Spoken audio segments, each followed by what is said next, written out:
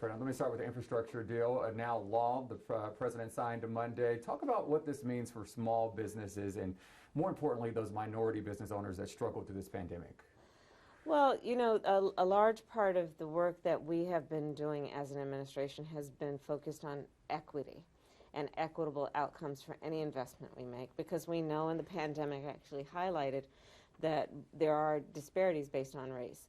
So, for example, we are paying attention to the fact that we are going to create millions of jobs through our Infrastructure Act now, and we want to make sure that there is an equitable distribution of the resources and the populations and communities that benefit from that.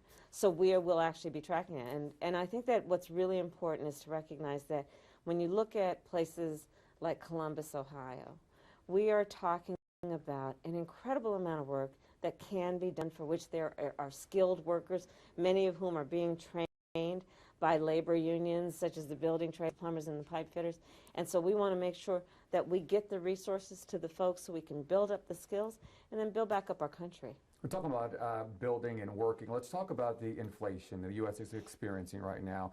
Many across the country, even here in Central Ohio, feeling the economic pinch. It's going to be a more expensive Thanksgiving, more expensive Christmas.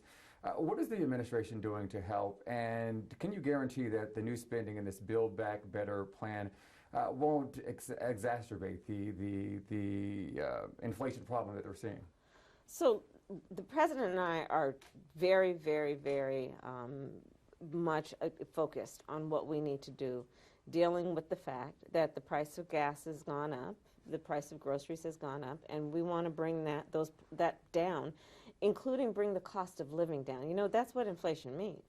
It means that in its most simple point is that everything costs more. Well, Build Back Better is about saying, let's bring down the cost of child care. Let's bring down the cost of elder care. Let's bring down the cost of prescription drugs so that folks who have diabetes are not paying more than $35 a month for their insulin. Let's bring down the cost of housing. That's what we will accomplish when we pass the Build Back Better agenda. And in fact, you know, big economists from Moody's and 17 Nobel laureates who are economists have all said that our agenda is going to actually strengthen the economy and bring down costs. Madam Vice President, we're still wearing these masks. Yes. And we are heading into the holidays, and health experts are concerned about a second wave of the Delta variant. Is the administration doing enough to get control on this, or what else can be done? More people need to get vaccinated.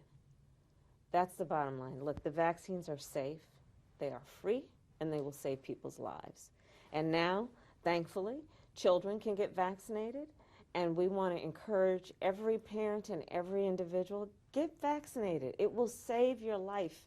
And that is one of the ways that we have seen that we can get in front of and finally get rid of what has been the impact of this virus on our lives, on our livelihoods, on our communities, on just the loss of normalcy.